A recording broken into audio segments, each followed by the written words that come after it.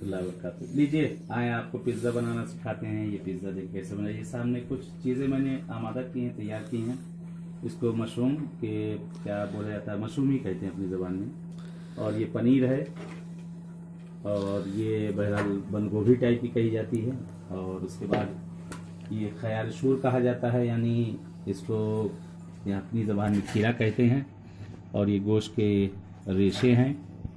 और उसके बाद ये जो है सोसिस है, और ये जो है कालबास है।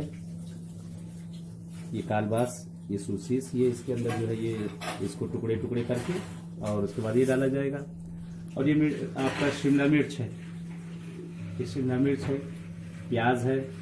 और ये सारा मिलाने के बाद फिर बहरहाल ये काली मिर्च वगैरह इसके अंदर डालनी है। और ये है पिज़्ज़ा बना हुआ, आपको देखिए सामने पिज़्ज़ा ये बना हुआ है। और इसमें ये रोटी, ये इसकी पिज़्ज़ा की रोटी है, ये पिज़्ज़ा की रोटी।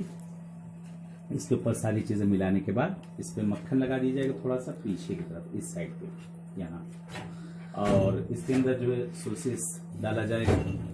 सारी चीज़ें डालने के बाद इसके जब सब तैयार हो जाएगी, ओवन के अंदर इसको जो है ये ऐसे रख के, और तकरीबन इसको आप जो है एक 15 मिनट, टोटल 15 मिनट के अंदर इंशाल्लाह ये तैयार हो जाएगी। ये है पिज़्ज़ा।